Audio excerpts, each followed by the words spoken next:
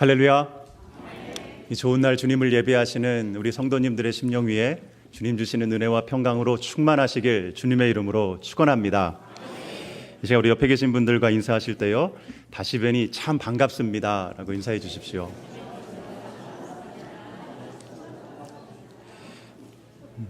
네, 정말 다시 뵈니 정말 반갑습니다. 제가 지난 2주간 개인적인 일로 출타 이제 하였다가 이 예배 자리에서 오랜만에 여러분들을 뵈니 얼마나 반가운지 모르겠습니다. 그런데 또 오랜만에 예배에 참석하다 보니 이 돌아가는 형편을 잘 알지 못하게 되는 이제 그러한 좀 단점도 있었는데요. 혹시 여러분들 가운데 이미 눈치채신 분들도 계실지 모르겠습니다. 오늘 이 사무엘상 본문은 2주 전에 이곳 펠팍에서 오늘 집례자이신 강영숙 목사님께서 전하셨던 말씀의 본문이었습니다. 정말 그랬나라는 기억이 잘 안 나시죠? 네, 감사합니다. 근데 어쨌든 제가 잘 모르고 이제 본문을 택한 것인데요. 이 강 목사님의 그 명설교 후에 이 동일한 본문을 가지고 설교한다는 것이 얼마나 어리석은 일인지 이제 알 수가 없습니다. 지무덤을 지가 판 것이죠. 여러분 좀 다시 복습하고 보충한다는 마음으로 들어주시면 대단히 감사하겠습니다. 오늘 본문은 여러분들도 잘 아시는 이야기입니다. 사울의 뒤를 이어 왕이 될 다윗에게 이제 기름을 붓는 이제 사건인데요. 하나님께서 사무엘에게 이 베들레헴 사람 이새에게 가서 그의 아들 중 한 사람에게 기름을 부으라 말씀하셨습니다. 지도를 잠깐 보시면 지금 이스라엘 지도인데요. 사해 파란색으로 된 이제 사해 이제 바다를 보실 수가 있고요.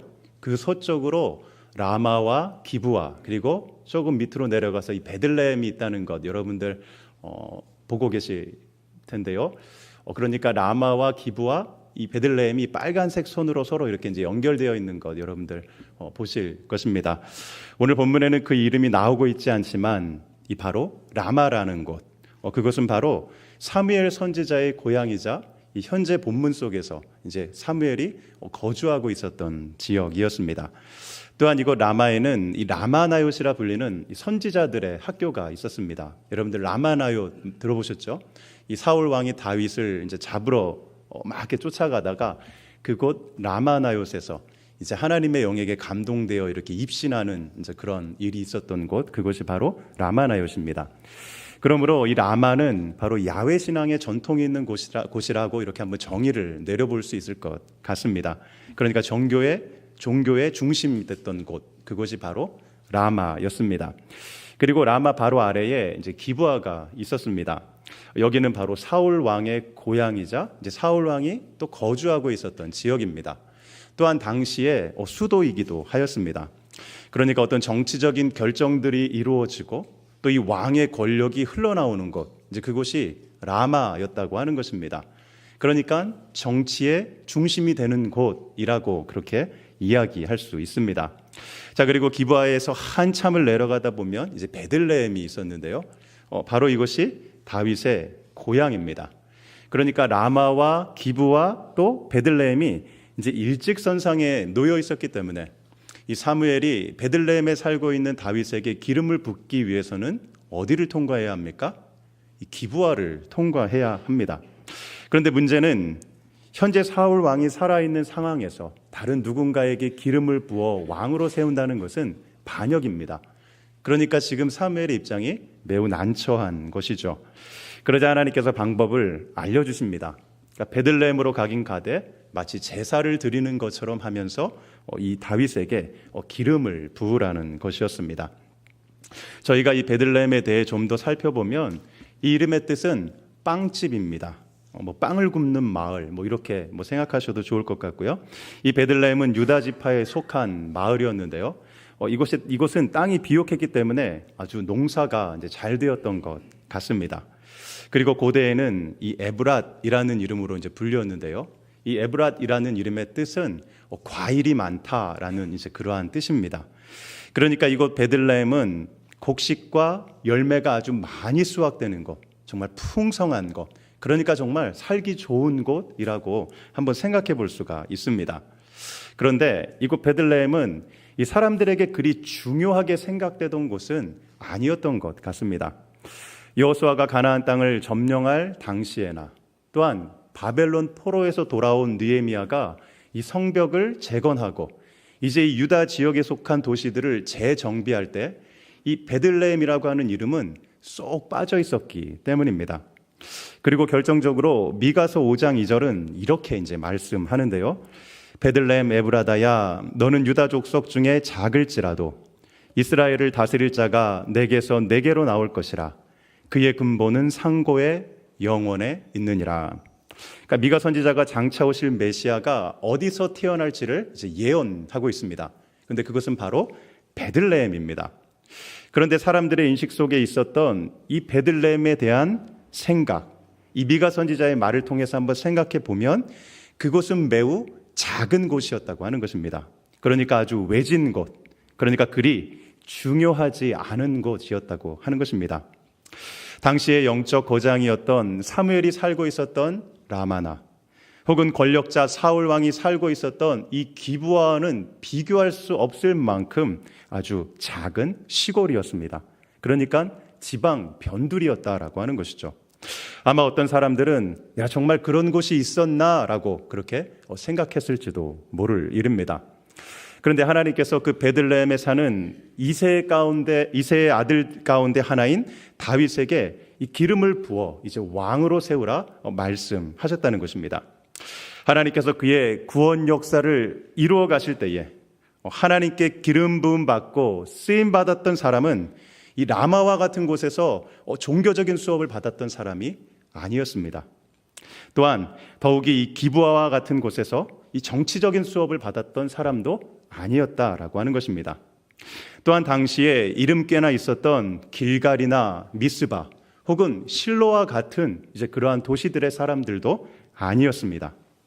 그저 평범하고 작은 베들레헴이라고 하는 그 마을에 살던 소년 다윗이었다라고 하는 것입니다. 성도 여러분, 이것을 통해 알 수 있는 사실이 무엇입니까? 하나님의 일하심은 외적인 컨디션에 있지 않다고 하는 것입니다. 즉 얼마나 큰 규모인지, 얼마나 많은 사람들이 모이는 곳인지, 또 얼마나 유명한 곳인지가 하나님의 기준이 아니었다고 하는 것입니다. 예수님께서 그의 제자들을 택하시는 것만 봐도 그와 같은 사실을 잘 알 수 있습니다. 예수님 당시 종교의 중심은 예루살렘입니다. 예루살렘 성전이 있었고 또 산헤드린 공회가 있었고 또 이 유대교를 대표하는 각 학파들이 있었던 곳이 바로 예루살렘이었습니다. 하지만 그곳에서는 단 한 사람의 제자도 부르지 않으셨습니다. 왜냐하면 그들 안에 있었던 종교적 거품 때문이었습니다. 이스라엘 종교의 중심인 이 예루살렘 안에 있다는 것이 마치 자신의 믿음이 이 뛰어나다는 착각을 일으켰다라고 하는 것입니다. 회칠한 무덤처럼 외식하며 종교 생활을 하고 있었던 것이었습니다. 오늘날도 마찬가지입니다. 이 대형교회를 출석하는 성도들은 자신들의 믿음까지도 대형이라고 생각하는 그와 같은 경향이 있습니다. 크고 화려한 예배당과 이 오케스트라와 찬양대의 웅장한 찬양소리, 그리고 흠잡을 데 없는 이 설교 말씀을 듣고 또 잘 짜여진 이 교회의 프로그램 안에 있으면 자신의 믿음이 어느덧 이 에베레스트 정상에 있는 것과 같은 그러한 착각을 일으킨다라고 하는 것입니다. 자, 그렇다면 소형교회의 성도들은 어떠할까요? 소형교회의 성도들은 반대로 자신의 믿음까지도 소형이라고 생각하는 이제 그러한 경향이 있는 것 같습니다.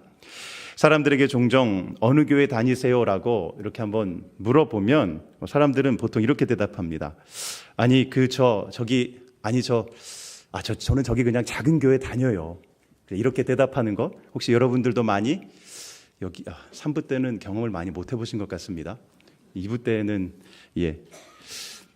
자기 본인이 죄진 것도 없는데도 불구하고 마치 정말 죄진 것처럼 이렇게 자신의 어떤 믿음에 대해서, 자신의 신앙에 대해서, 자기가 섬기는 교회에 대한 자신이 별로 없다라고 하는 것입니다. 큰 교회에서 장로, 권사, 집사로 임직받았다는 사실에 은근한 우월감을 갖기도 하고요. 또 작은 교회에서 임직받았다는 것이 괜한 열등감으로 이렇게 작용하기도 한다는 것입니다. 그런데 성도 여러분, 우리가 반드시 기억해야 할 것이 무엇입니까? 그것은 하나님의 택하심과 일하심은 아무도 예측할 수 없다고 하는 것입니다. 하나님께서 택하시고 일하시는 곳은 라마나 기브아와 같이, 그리고 예루살렘과 같이 유명하고 영향력이 있는 곳이 아닐 수도 있습니다. 대신에 베들레헴 같은 작고 무명한 곳에서도 하나님은 얼마든지 그의 뜻을 이루어 가실 수 있다고 하는 것입니다. 자, 그렇다면 하나님께서 택하시고 일하시는 이 영적인 사람은 어떤 사람일까요? 하나님 기뻐하시는 그와 같은 영적 공동체는 과연 어떠한 공동체일까요? 첫째는 그 마음의 중심이 하나님을 향해 있는 사람입니다. 베들레헴에 도착한 사무엘은 이새와 그의 아들들을 제사에 초청하였습니다. 그리고 이새의 장남인 엘리압을 보았는데요. 이제 그때의 상황을 6절이 잘 말씀합니다. 그들이 오매 사무엘이 엘리압을 보고 마음에 이르기를 여호와의 기름 부으실 자가 과연 주님 앞에 있도다 하였더니, 사무엘이 엘리압을 본 순간에 정말 하나님께서 기름 부으실 자가 이곳에 있구나라고 이제 생각했다고 하는 것입니다. 근데 여러분, 말씀을 자세히 보시면 아무도 사무엘에게 이 이새의 아들들에 대해 소개했다는 이야기가 없습니다. 그러니까 사무엘은 누가 누구인지 모르는 상황이었다고 하는 것입니다. 사무엘은 이새의 아들들이 저만치 오는 것을 본 순간 그저 가장 눈에 들어왔던 엘리압을 보고 감탄했다고 하는 것입니다. 이것은 이새의 아들들 가운데 이 엘리압의 외모가 가장 뛰어났다는 것을 이제 말하는 것입니다. 그러니까 대선지자 이 사무엘의 눈마저도 흐리게 할 만한 그와 같은 뛰어난 외모였다고 하는 것이죠. 그런데 하나님께서 뭐라고 말씀하십니까? 7절에 여호와께서 사무엘에게 이르시되 그의 용모와 키를 보지 말라. 내가 이미 그를 버렸노라. 내가 보는 것은 사람과 같지 아니하니 사람은 외모를 보거니와 나 여호와는 중심을 보느니라 하시더라. 하나님께서 사무엘에게 분명하게 말씀하십니다. 외모를 보지 말라. 나 여호와는 중심을 보느니라. 그러니까 하나님은 사람의 마음을 보신다고 하는 것입니다. 그러니까 사람의 그 중심을 보신다는 이야기죠. 그러면서 또한 사람의 성향이 어떠한지도 이제 말씀해 주시는데요. 그것은 사람은 외모를 본다고 하는 것입니다. 그것이 사람에게 있어서 아주 자연스럽다라고 하는 것입니다. 그렇죠, 여러분? 우리는 사람을 볼 때 무엇을 봅니까? 그가 얼마나 나보다 잘생겼는지, 그가 얼마나 나보다 이쁘게 생겼는지, 또 얼마나 배웠는지, 얼마나 가졌는지, 얼마나 잘났는지 등등을 생각합니다. 그러니까 그것이 사람의 본능이라고 해도 틀리지 않다고 하는 것입니다. 사람의 성향이 이렇다 보니 사람은 늘 겉을 꾸미려고 합니다. 그러니까 다른 누군가에게 나 자신을 잘 보이기 위해서 겉을 꾸미려고 한다고 하는 것입니다. 그러다 보면 외식하게 되고 또 위선자가 되는 것입니다. 신앙생활도 하나님보다는 사람에게 보이기 위한 것이 될 때가 아주 많다고 하는 것이죠. 그런데 여러분, 우리가 기억해야 할 중요한 사실은 무엇입니까? 그것은 하나님은 사람의 중심을 보시는 분이시다라는 것입니다. 하나님은 사람의 마음을 살피시는 분이십니다. 그 사람의 의도가 무엇인지를 하나님은 다 아시고 계시다라고 하는 이야기죠. 사람이 얼마나 하나님을 존중하고 사람이 얼마나 하나님을 사랑하고 또 그분을 그의 삶의 가장 최우선으로 두는지 또 그분을 어떻게 경외하며 사는가를 하나님은 보신다는 이야기입니다. 아마 그와 같은 것을 잘 보여주는 예가 이 다윗이 이 사울을 죽이려 하였을 그때가 아닌가 한번 생각해 봅니다. 사울 왕이 다윗을 시기하여 죽이려고 다윗을 쫓아다닐 때였습니다. 그런데 바로 그러한 때에 아주 위기의 상황에서 이 다윗에게 아주 좋은 두 번의 기회가 찾아옵니다. 그러니까 그가 반대로 이 사울 왕을 죽이고 이제 정말 이스라엘의 왕으로 오를 수 있는 그와 같은 좋은 찬스가 왔다라고 하는 것입니다. 다윗의 부하들도 다윗을 부추깁니다. 왕이시여, 사울을 죽이시고 이제 정말 왕에 오르소서라고 그렇게 다윗을 부추기는 상황이었습니다. 곰곰이 생각해 보면 정말 그렇게 은혜를 악으로 갚는 그 사울, 정말 인간적인 마음에 찌르고 싶고 죽이고 싶지 않았겠습니까? 자신도 이미 하나님께 기름 부음을 받은 상황이었는데 이 사울을 죽이고 자신이 왕위에 올라간들 누가 뭐라 할 사람이 아무도 없었다라고 하는 것입니다.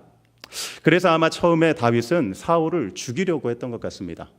그 사울의 옷자락을 베어내는 것을 보면 이제 그와 같은 마음을 읽을 수가 있습니다.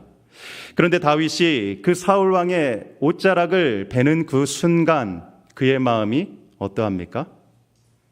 바로 사울 왕의 옷자락을 벤 것만으로도 그 마음에 찔림을 받고 사울 죽이기를 멈추었다라고 하는 것입니다.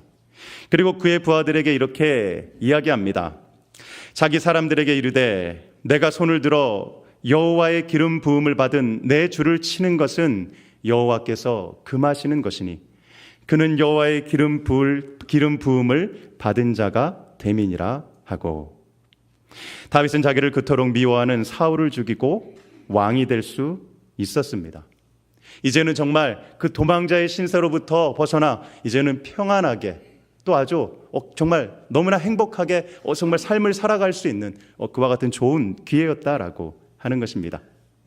그런데 다윗은 그 사울을 죽이려고 하는 바로 그 순간 하나님을 생각하였습니다. 바로 하나님께 기름 부음 받은 그 사울을 죽이는 것, 그것이 하나님께서 기뻐하는 일이 아니다라는 것을 그의 마음속에 깊이 깨달았다라고 하는 것입니다. 사울에게 기름 부어 왕으로 삼으신 이가 하나님이신 것을 기억하였습니다. 그러니까 이 다윗의 마음속에는 하나님을 존중하고 또 하나님을 경외하는 마음이 있었다라고 하는 것입니다. 자신의 상황, 자신의 처지, 자신의 감정이 먼저가 아니라 하나님의 뜻이 먼저였고 하나님이 그의 삶에 먼저였다라고 하는 것입니다. 성도 여러분, 하나님은 사람의 외모를 취하지 않으십니다. 보지 않으십니다. 하나님은 사람의 마음, 그 사람의 중심을 보시는 분이십니다. 그러므로 여러분, 우리는 온 마음을 다하여 하나님을 존중히 여겨야 합니다. 하나님을 경외해야 합니다. 하나님을 사랑하고 하나님께 우리의 삶의 모든 것을 의탁해야 한다고 하는 것입니다. 하나님께서 하시기를 믿음으로 맡겨드려야 한다고 하는 것입니다. 하나님은 바로 그와 같은 사람을 택하시고 그와 같은 사람을 통하여 일하시는 것입니다. 또한 여러분, 이 공동체 안에서도 사람의 외모나 또 사회적 지위로 다른 사람을 판단하지 마시기 바랍니다. 다만 그가 얼마나 신실하게 하나님을 사랑하고 또 하나님을 섬기는 사람인가를 보실 수 있기를 바랍니다. 하나님은 외모를 보시지 않습니다. 그 마음의 중심을 보시는 분이십니다. 여러분 모두가 하나님 보시기에 합당한 마음으로 언제나 서실 수 있기를 주님의 이름으로 축원합니다. 또한 둘째로, 하나님께서 택하시고 일하시는 사람은 이 광야의 훈련을 통과한 사람입니다. 오늘 말씀을 보시면 이새가 그의 아들들을 다 데리고 사무엘에게 나왔을 때 빠져있던 한 사람이 있었습니다. 그가 바로 다윗입니다. 그런데 다윗은 무엇을 하고 있었습니까? 그가 양을 치고 있었습니다. 11절에 또 사무엘이 이새에게 이르되 내 아들들이 다 여기 있느냐? 이새가 이르되 아직 막내가 남았는데 그는 양을 지키나이다. 사무엘이 이새에게 이르되 사람을 보내어 그를 데려오라. 그가 여기 오기까지는 우리가 식사 자리에 앉지 아니하겠노라. 그러니까 형들이 아버지와 이 제사에 참여할 때에 다윗은 들판에서 양을 지키고 있었습니다. 마을로부터 얼마나 멀리 떨어져 있었는지는 잘 모릅니다. 하지만 양을 지키고 있었다는 것을 보면 그가 마을 밖 어디에선가 이 양을 돌보고 있음을 우리는 추측할 수가 있습니다. 사람들이 북적이는 마을을 떠나 이제 지금 다윗 홀로 양을 치고 있는 상황입니다. 단조롭고 외로운 시간이었을지 모릅니다. 단조로운 일상에 지치고 피곤할지 모르는 상황이었습니다. 그리고 왜 맨날 이렇게 나만 양을 지켜야 하나 불평할 수도 있는 상황이었고요. 또 자신을 하인 취급하는 그 아버지에 대한 그 원망의 마음이 가득했을 수도 있습니다. 하지만 다윗은 주변 환경과 자신의 처지로 인하여 비관하지 않았다는 것을 이 12절의 말씀을 통하여 저희가 알 수 있는데요. 이에 사람을 보내어 그를 데려오매 그의 빛이 붉고 눈이 빼어나고 얼굴이 아름답더라. 여호와께서 이르시되 이가 그니 일어나 기름을 부으라 하시는지라. 이 사무엘 앞에 불려온 다윗의 그 모습은 어떻다고 말씀합니까? 그 속에서 빛이 나고 또 눈이 초롱초롱하고 또 매우 아름다운 사람이었다라고 말씀하고 있습니다. 그러니까 다윗의 모습 속에는 피곤한 기색이나 또 이 외로움의 우울한 모습, 그리고 원망과 불평으로 인해 굳은 얼굴이 아니었다고 하는 것입니다. 그의 외모를 통해 보여주는 다윗의 마음은 밝고 의욕에 넘치며 또한 기쁨으로 충만한 모습이었다고 하는 것입니다. 여기서 잠깐, 아니 목사님, 아까는 하나님께서 외모를 보시지 않는다고 했는데요, 왜 지금은 또 다윗의 외모를 말씀하고 있는 것입니까? 라며 의아해하실지도 모르겠습니다. 그런데 하나님께서 사람을 외모로 판단하지 않으시겠다고 했지, 언제나 외모가 떨어지는 사람만 인정해 주시겠다고 했던 것은 아니라는 이야기입니다. 그렇다면 저 같은 사람은 살 수가 없겠죠, 여러분. 죄송합니다. 자, 그러면 여러분 신경 쓰실 때는 좀 이제 신경 쓰셔야 한다는 것을 말씀드리고요. 자, 들판에 이 홀로 남겨져 있던 다윗에게 있는 그와 같은 충만함, 그와 같은 충만함의 모습은 과연 무엇이었을까요? 그것은 그가 하나님의 임재를 경험하였기 때문입니다. 그가 언제 어느 곳에 있든지 다윗은 늘 하나님의 임재를 경험하였습니다. 매 순간순간 자신과 함께 하시는 하나님을 깊이 묵상하였기 때문입니다. 오늘 본문에서 그것을 말해주고 있진 않지만 우리가 다윗의 삶을 한번 곰곰이 생각해 보면 그가 양을 지키며 들판에 홀로 있는 그 시간 동안 무엇을 했는지 우리는 잘 알 수 있습니다. 외로움의 시간에 송이꿀보다도 더 단 하나님의 말씀을 묵상하고 찬양하였습니다. 또한 하나님께 기도하였습니다. 곰이나 사자 같은 맹수가 덤벼올 때에는 하나님을 의지하여 담대하게 물리쳤습니다. 자신이 지키는 양들의 습성을 보며, 그리고 목자인 자신을 믿고 따르는 그 양들의 모습을 보며 선한 목자 되시는 하나님과 그 선한 목자 되시는 하나님을 믿고 따르는 양과 같은 자신의 모습을 체험했다고, 묵상했다고 하는 것입니다. 그리고 그런 다윗의 모습 속에는 하나님으로 인한 기쁨과 감사가 충만하였습니다. 들판에 홀로 남겨진 시간이 결코 외로움의 시간도 아니었고 또한 퇴보의 시간도 아니었다고 하는 것입니다. 오히려 하나님과 깊이 교제하며 영적으로 더욱 성장하고 단련되는 시간이었습니다. 하나님께 쓰임받기 위해 준비하는 시간이 되었다고 하는 것입니다. 성경은 하나님과의 더 깊은 교제와 영적 훈련을 위해 아주 매우 특별한 장소가 준비되었다는 것을 말씀해주고 있습니다. 그것은 바로 광야입니다. 세례 요한은 광야에서 메뚜기와 석청을 먹으며 메시아의 오심을 전하였습니다. 또한 사도 바울은 이 복음 전도자로 쓰임받기 위해 회심한 직후 이 아라비아 광야에서 3년의 시간을 보내야만 했습니다. 또한 예수님도 공생애를 시작하시기 전에 이 40일간 금식하시며 광야에서 시험을 받으셨고요. 또한 이스라엘은 약속의 땅에 들어가기 전 이 40년간을 광야에 머물러야 했습니다. 오늘 본문에서 기름 부음을 받은 다윗도 바로 왕좌에 올라갔던 것이 아니었습니다. 맨 처음 기름 부음을 받고 약 15년이 지난 후에나 겨우 이 유다 지파의 왕이 될 수 있었다고 하는 것입니다. 그렇다면 그 15년 동안 다윗은 무엇을 하였습니까? 바로 대부분의 시간을 이 사울을 피해 광야를 떠돌며 숨어 지내야 했다고 하는 것입니다. 하나님께서 쓰시기에 충분한 믿음의 사람으로 세워주시기 위해 하나님은 광야와 같은 고독과 외로움의 시간을 예비하신 것이었습니다. 최근 기독교 교계에 있었던 두 가지 기쁜 소식이 있습니다. 하나는 이 뉴저지 장로교회의 김도한 목사님께서 이제 주일 강단에 서실 날이 임박했다라고 하는 소식입니다. 그래도 3부 때는 많이들 기뻐하시네요. 2부 때는 별로 이렇게 반응들이 없으셔서 혹시 돌아오시기를 원하지 않는 것이 아닐까, 뭐 좀 이렇게 생각도 했는데요. 근데 이제 이게 진짜입니다, 여러분. 죄송합니다. 두 번째 진짜 기쁜 소식, 바로 캐나다 토론토의 큰빛교회 이 이면수 목사님의 석방 소식입니다. 지난 9일 석방되기까지 임 목사님은 이 북한 체제를 전복시키려 한다는 혐의로 종신노동 교화형을 선고받으셨습니다. 그리고 2년 6개월가량을 북한에 이제 억류되어 계셨었는데요.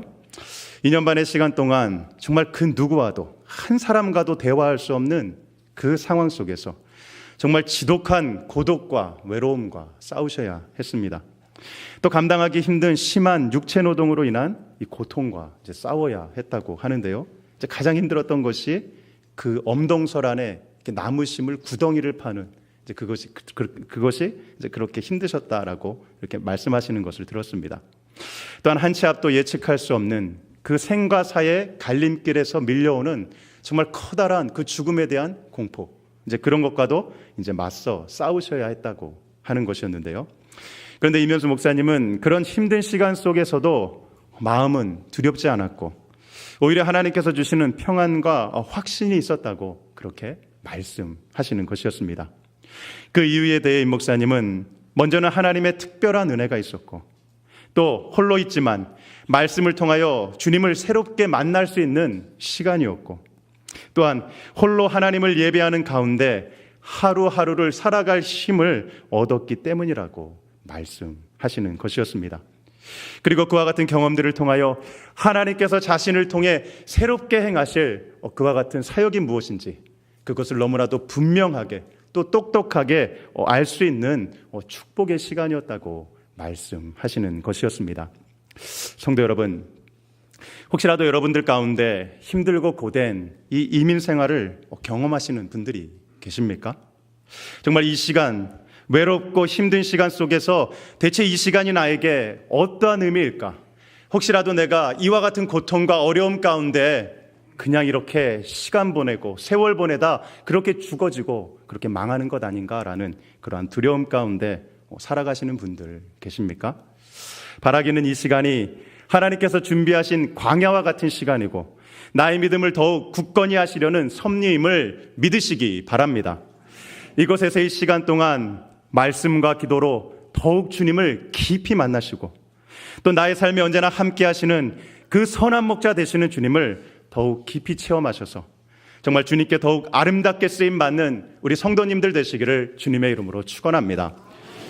또한 끝으로 하나님께서 택하시고 사용하시는 사람은 성령 충만한 사람입니다.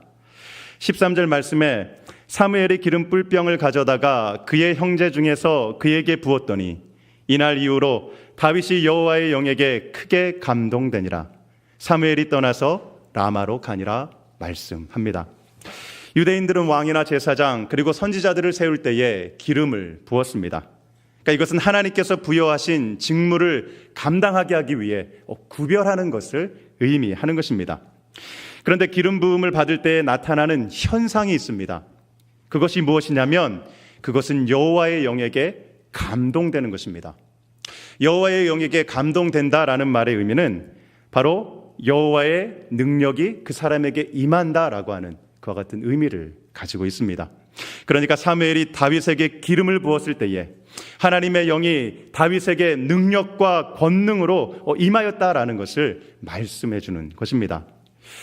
오늘 본문 다음에 나오는 17장과 18장은 이 블레셋과 이스라엘의 전쟁을 기록하고 있습니다. 블레셋을 대표하는 장수가 골리앗이었는데요. 이스라엘 중에 아무도 이 골리앗을 상대하지 못했다라고 하는 것입니다. 두려웠기 때문이죠. 그런데 이 소년 다윗이 나가서 이 거인 골리앗을 쓰러뜨렸던 것이었습니다. 대개는 이 말씀을 생각하며 다윗이 정말 물매질을 잘해서 혹은 그에게 하나님을 위하는 그 거룩한 분노가 있어서 그래서 좀 심한 말로 뚜껑이 열려서 그 분노를 가지고 골리앗을 쓰러뜨렸다라고 생각하기도 합니다. 혹은 하나님을 향한 다윗의 믿음이 뛰어나서 이 골리앗을 이길 수 있었다라고 그렇게 생각한다고 하는 것입니다. 물론 다 맞습니다. 그런데 가장 중요하면서도 간과하기 쉬운 것이 바로 성령의 능력입니다. 다윗이 골리앗과 맞서 싸우기 전에 이미 다윗은 기름 부음 받았고 성령의 능력으로 충만했다고 하는 것입니다. 그렇기 때문에 담대하게 골리앗을 물리칠 수가 있었던 것이었습니다. 이것과 비슷한 말씀이 신약에도 있습니다. 사도행전 10장 38절인데요. 하나님이 나사렛 예수에게 성령과 능력을 기름 붓듯 하셨음에 그가 두루 다니시며 선한 일을 행하시고 마귀에게 눌린 모든 사람을 고치셨으니 이는 하나님이 함께 하셨음이라. 예수님은 그리스도입니다. 그러니까 그리스도라는 말의 의미는 기름 부음을 받았다라고 하는 말의 헬라어입니다. 이 말은 예수님께서 왕이 되신다는 의미이죠. 그러니까 우리를 구원할 만왕의 왕이 되신다라고 하는 것입니다. 그런데 하나님께서 그의 아들 예수께 무엇으로 기름 부으셨다고 말씀하고 있습니까? 그것은 성령과 능력입니다. 그러니까 예수님께서 이 땅에서 공생의 사역을 감당하셨던 힘이 바로 다름 아닌 성령의 능력이었다라고 하는 것이죠. 사단 마귀의 세력을 이기신 힘은 성령의 능력이었습니다. 그리고 예수님도 승천하시기 직전에 그의 제자들에게 이렇게 말씀하십니다. 사도행전 1장 8절에 오직 성령이 너희에게 임하시면 너희가 권능을 받고 예루살렘과 온 유대와 사마리아와 땅끝까지 이르러 내 증인이 되리라 하시니라. 여기서 권능이란 파워, 즉 능력입니다. 힘입니다. 그러니까 성령의 능력을 받아 땅끝까지 이르러 내 증인이 되라 말씀하셨던 것이었습니다. 성도 여러분, 하나님의 일을 감당할 때에 절대적으로 필요한 요소는 성령의 능력입니다. 나의 힘이 아니고 나의 능력이 아니다라고 하는 것입니다. 바로 성령으로 충만하게 되는 것입니다. 성령의 능력, 성령의 충만함 없이는 주님 주시는 사명을 온전히 이룰 수 없기 때문입니다. 여러분, 성도에게 있는 영적 싸움은 이 선교지와 같은 특별한 곳에서만 있는 것이 아닙니다. 우리의 평범한 일상에서도 사단은 동일하게 역사합니다. 우리의 가정에서도, 우리의 직장에서도, 학교에서도, 심지어 이 교회 안에서도 사단의 유혹과 시험이 있습니다. 우리가 치러야 할, 우리가 싸워야 할 영적 싸움이 있다고 하는 것입니다. 다윗이 밧세바와 간음했던 때는 그가 왕궁에 머물러 있었던 때였습니다. 그러니까 그가 싸우기를 멈추고 몸도 마음도 평화롭게 그의 왕궁에 있었을 때에 죄의 유혹에 넘어지고 말았다는 이야기입니다. 그러므로 우리에게 주어진 좋은 환경이 이 사단으로부터, 죄의 유혹으로부터 우리를 지켜주지 못한다는 사실입니다. 또한 나를 사랑해주는 그 어떠한 사람이라 할지라도 사단의 공격으로부터 우리를 지켜줄 수 없는 것입니다. 이와 같은 영적 싸움에서 승리하는 유일한 길은 각 사람이 성령으로 충만하여 성령의 능력을 덧입는 것입니다. 성도 여러분, 하나님께서 저와 여러분에게 성령으로 기름 부어 왕과 같은 제사장으로 세워주셨습니다. 주의 나라와 복음 전파를 위한 귀한 사명과 직분을 맡겨주셨다고 하는 것입니다. 그와 같은 사명을 온전히 감당하기 위해서는 성령의 충만함을 받아야 합니다. 사단의 공격과 죄의 유혹을 이기기 위해서는 언제나 성령으로 충만해야 한다고 하는 것입니다. 사랑하는 성도 여러분, 성령의 충만함을 사모하십시오. 성령께서 나의 안에 충만히 거하셔서 나를 다스려 주시기를 간절히 기도하십시오. 하나님께서는 바로 그와 같은 사람을 통하여 일하십니다. 성령의 충만한 사람, 바로 그와 같은 사람을 통하여 하나님의 뜻을 이루어 가신다는 이야기입니다. 이제 말씀을 정리합니다. 하나님의 일하심은 내가 어느 곳에 살고 있는지, 나의 사회적 지위가 어떠한지, 나의 교회가 얼마나 크고 얼마나 유명하고 얼마나 많은 사람들이 모이는가에 있지 않습니다. 하나님은 그 중심을 보시는 분이십니다. 그리고 그 마음의 중심이 하나님께 합당한 사람과 공동체에게 성령의 능력을 부어주시고 그분의 나라를 위하여 사용하여 주십니다.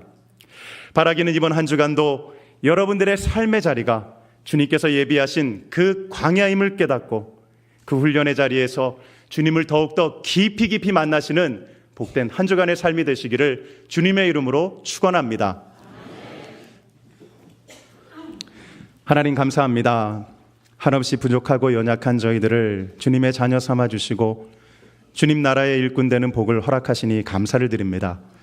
하나님의 일하심은 세상적인 기준과 물리적인 환경에 있지 않음을 다시 한번 깨닫게 하시고 저희들의 마음 중심이 주님 보시기에 합당할 수 있도록 도와주옵소서.